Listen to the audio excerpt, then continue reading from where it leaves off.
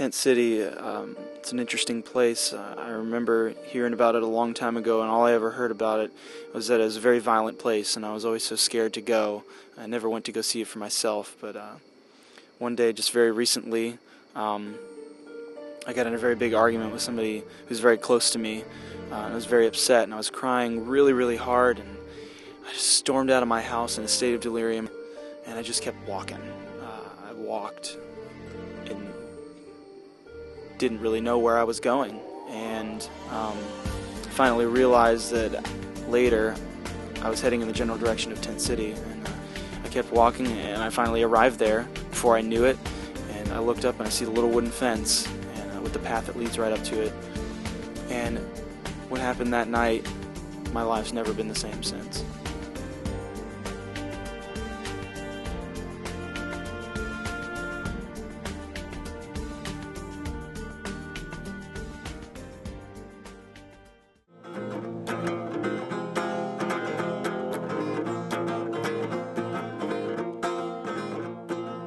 Heard like we're one of the cities that has like the highest poverty rates here, and I think I guess most people don't think and wouldn't think that Athens will have that high level, I guess, of poverty, but I mean, yeah, the statistics say that that's definitely the case. I mean, you can just see that all around the city. You go downtown, you can't walk anywhere without being asked for money, and it's just sad in a way that's here, and we live right next to it. Every day I go by and everyone is alright. I don't want you. Everyone I go by when everyone is really high. I'm not sure what I can do individually. I mean, you can pay your taxes, you can be an advocate for the homeless, you can, encourage people to the extent you can do hiring. Until there's a permanent fix as to what we are going to do with the homeless, at this point, the main thing we do is monitor them, be sure that they're not doing things illegally like aggressive panhandling downtown, and basically we just keep hands off. No one can be perfect, that everyone has ways to understand everyone somehow. Well, I don't know what is wrong, but I don't know what went wrong, but tell you something now, I don't.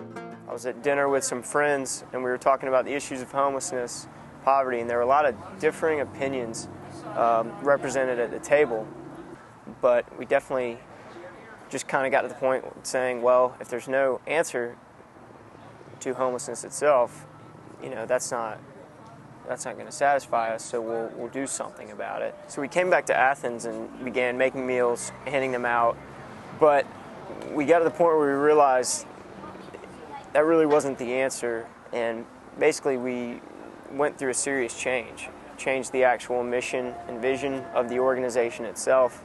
It went from the old mission of supplying brown bag meals to homeless shelters in Athens to using food as a medium to develop friendships, to bridge friendships between students and homeless people. We're saying, hey, here's an easy thing. It's food. We all need it. We all need physical nourishment. Come on out and hold a brown bag, and just see what happens. It's amazing what'll happen when people are empowered, and told that they're believed in and that somebody loves them. So Actually, you came to my tent. That's right. See, now he remembers. The first time I saw him was I didn't know where I was going. I had no clue. We've seen just spirits uplifted, people with a newfound energy for life, and people who now have friends and people to go through the struggles of homelessness with.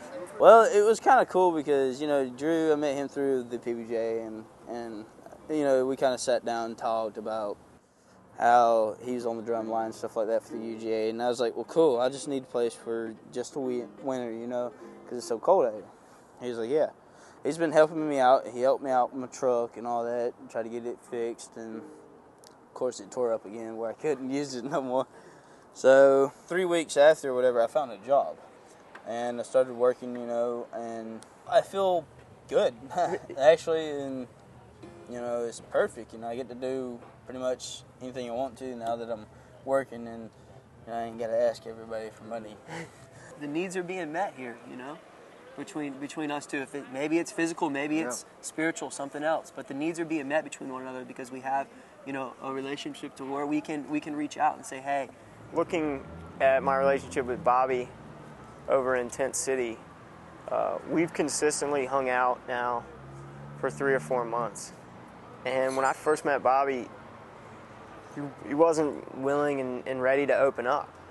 But then a few weeks later, a month later, we crack a couple of jokes together, and just these walls are being broken down, and bridges are being formed by the pieces of the walls that are broken down. And that's been happening more and more, to the point where now we can sit there, talk, laugh about me, about him, about his life, about my life. I mean, it's everything you'd see in a normal friendship right there. When I was moving back here in my shop, guys from Tent City come through my yard and they'll say, can we help? Can I help? Steve came along and I wanted a little garden out here in the back. There he said, well, I can cut the grass, I can do, you know, other stuff that you may need done around. He started cleaning up.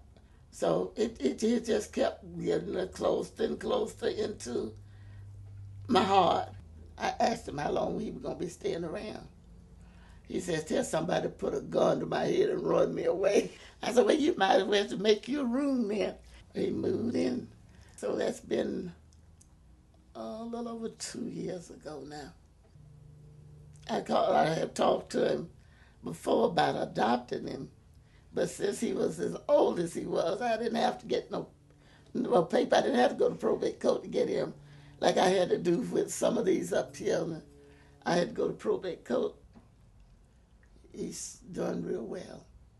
When we first started focusing on hanging out, relationships, friendships, it was amazing what would happen when you walked up to a homeless person and you stopped.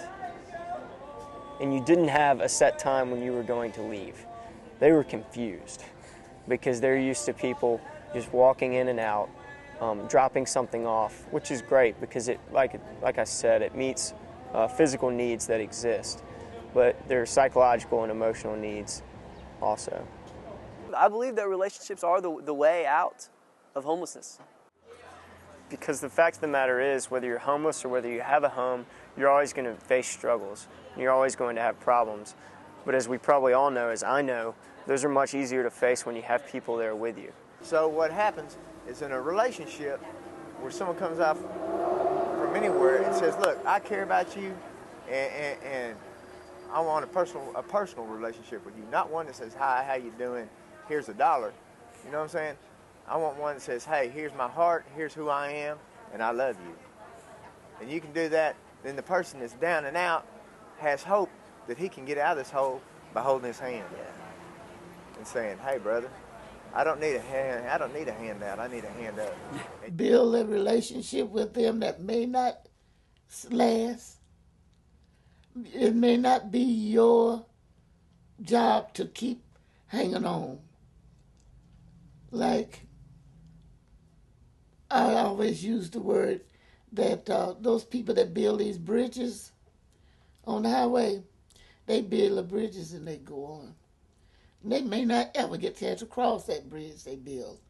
So what we are supposed to be doing is building bridges, planting seeds, and go on. We stand as one and